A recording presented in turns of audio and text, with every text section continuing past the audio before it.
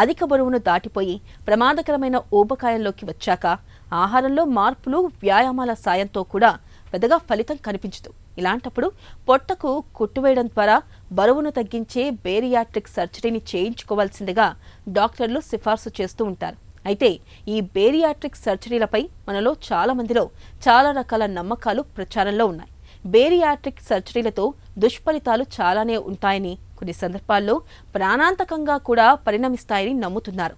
ఈ నేపథ్యంలో బరువును తగ్గించే బేరియాట్రిక్ సర్జరీలపై ఉన్న నమ్మకాలు, వాటిలోని నిజానిజాల గురించి డాక్టర్ని అడిగి ఇప్పుడు తెలుసుకుందాం.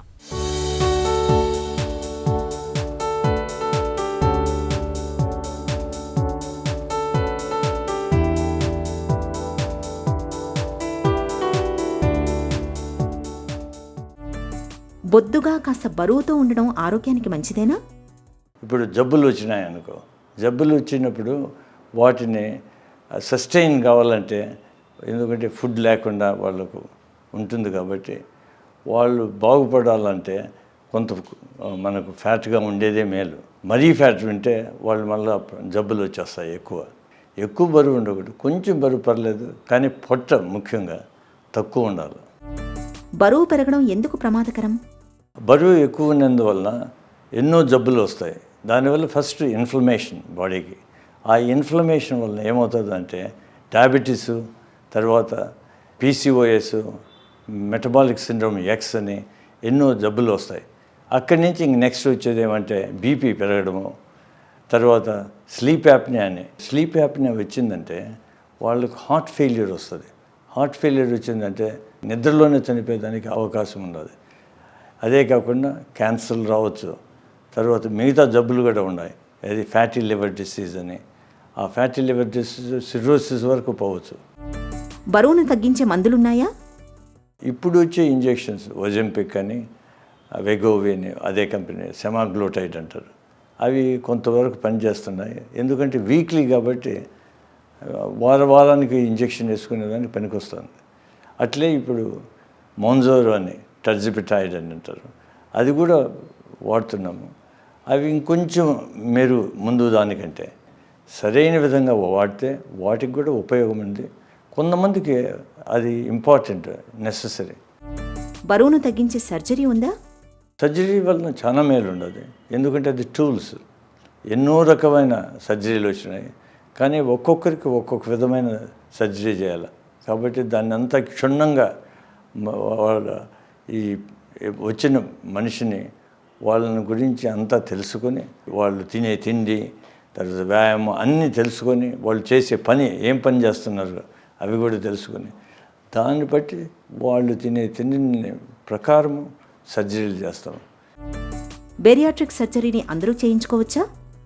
మరీ బరువు ఉన్నోడు వాడికి అసలు ఎన్నో కాంప్లికేషన్ ఉంటాయి. ఆల్రెడీ వాళ్ళకు సర్జరీ చేసినప్పుడు కాంప్లికేషన్ తగ్గాలనుకున్నప్పుడు కొంత మెడిసిన్స్ ఇచ్చి వాళ్ళ వెయిట్ని, బరువును తగ్గించేసి ఆ తర్వాత ఆపరేషన్ చేయొచ్చు.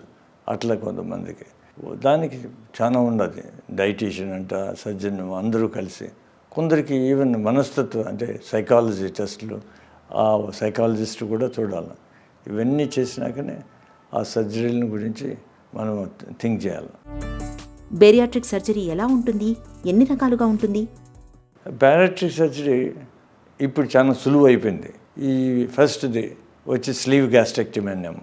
స్లీవ్ గ్యాస్ట్రెక్టమీ అనేది థమ్ అంటే బొటనవేలు సైజు అంతే ఈ స్టమక్ ఉంటుంది. ముందు ఇంత స్టమక్ ఉండేదాన్ని బెలూన్ మాదిరి ఉండేదాన్ని, బ్యాగ్ మాదిరి ఉండేదాన్ని, దాన్ని ట్యూబ్ మాదిరి చేసేస్తాము. ఇంకా బైపాస్ అనుకో, ఈ బొటనవేలు మాదిరి సైజు ఉంటుంది, దానికి స్మాల్ బౌల్ అంటే చిన్న పేగును తగిలిస్తాం. కాబట్టి ఫుడ్ డైరెక్ట్గా వెళ్ళిపోతుంది, అబ్జార్బ్ కాకుండా ఆ నుంచి వెళ్ళిపోతుంది. ఇంకా స్లీవ్ గ్యాస్ట్రెక్టమీ చేసినాక దాని తర్వాత చేసే ఆపరేషన్ సాడీ అని, డ్యూయోనల్ స్విచ్ అంటారు. అవి డ్యూయోనం దగ్గర బైపాస్ చేస్తాం. అవి ఇంకొంచెం పెద్ద ఆపరేషన్స్. అవి స్పెసిఫిక్గా ఎవరికి చేయాలనో ఆలోచించి చేయాలి. సర్జరీతో కోరుకున్నంత మేరకు బరువు తగ్గిపోవచ్చా? ఇది కాస్మెటిక్ సర్జరీ కాదు, లైఫ్ సేవింగ్ సర్జరీ. ఇప్పుడు ఉండే ఆపరేషన్లు 50 నుంచి 120 వరకు పోవచ్చు, ఇంకా ఎక్కువ కూడా పోవచ్చు. ముందు బాగా ఎక్కువ బరువు తగ్గి మళ్ళీ ఎక్కేదానికి కొంత వీలవుతుంది. కొంత ఎక్కితే మంచిది. ఎందుకంటే ముందు పూర్తిగా తగ్గినాక మళ్ళీ తినడం కూడా కొంచెం మేలు అవుతుంది. ఒక 6 నెలల్లో మామూలుగా వస్తుంది తినడము. ఒక సంవత్సరానికి అన్నీ బాగా అయిపోతుంది. అప్పటి నుంచి కొంచెం ఎక్కువ కావచ్చు వాళ్ళ వెయిట్, అది పర్లేదు. బేరియాట్రిక్ సర్జరీతో ప్రాణాలకు ప్రమాదం ఉంటుందా? గాల్ బ్లాడర్ చేస్తారు. గాల్ బ్లాడర్ ముందు చేస్తే అమ్మా ఇది చేసేస్తే ల్యాప్రోస్కోపీలో చచ్చిపోతారు అనేవాళ్ళు. ఇప్పుడు అది మామూలుగా అందరూ చేయించుకుంటున్నారు. అపెండిక్స్ చేయించుకుంటున్నారు. వాటికంటే తక్కువ ప్రమాదం ఉంది. కానీ చేసేవాడు ఎవరికి వానికి అనుభవం ఉందా, మంచి అనుభవం ఉందా, దాన్ని బట్టి ఆ సర్జరీ సేఫ్. కొన్ని ఆపరేషన్ల ముందు ఏది హార్ట్ ట్రాన్స్ప్లాంటు, లివర్ ట్రాన్స్ప్లాంటు, కిడ్నీ ట్రాన్స్ప్లాంట్ వాళ్ళకు, తర్వాత నీ సర్జరీ వాళ్ళకు ముందు వాళ్ళు ఫిట్ కాదు, ఎందుకంటే ఎక్కువ బరువుగా ఉండాలని. అటువంటి వాళ్లకు మేము ముందు బ్యారియాట్రిక్ సర్జరీ చేస్తాం. కాబట్టి బ్యారియాట్రిక్ సర్జరీ చేసినామంటే ఇప్పుడు ఏది సేఫ్? బ్యారియాట్రిక్ సర్జరీ సేఫే కదా. అంత హార్ట్ బాగాలేనోడు, కిడ్నీ బాగాలేనోడు, లివర్ బాగాలేనోడు, నీస్ బాగాలేనోడు వాళ్ళందరికీ మేము సర్జరీ చేస్తే వాళ్ళు బాగై వాళ్లకు ఎలిజిబిలిటీ వచ్చింది అంటే ఏమని, ఇది చాలా సేఫ్ సర్జరీ అని. బరువును తగ్గించే బేరియాట్రిక్ సర్జరీలతో మనకు లాభాలే ఎక్కువ. బరువు తగ్గడంతో పాటు షుగర్, బీపీ, కీళ్ళ నొప్పుల వంటి దీర్ఘకాలిక జబ్బులు చాలా వరకు అదుపులోకి వచ్చేస్తాయి. అయితే ఈ సర్జరీలను చేయడంలో సర్జన్ల నైపుణ్యం కూడా చాలా కీలకం. కాబట్టి అన్ని మౌలిక సదుపాయాలు కలిగిన ఆసుపత్రిలో అనుభవజ్ఞులైన సర్జన్ల నేతృత్వంలో సర్జరీ చేయించుకోవడం అన్ని విధాలా శ్రేయస్కరం.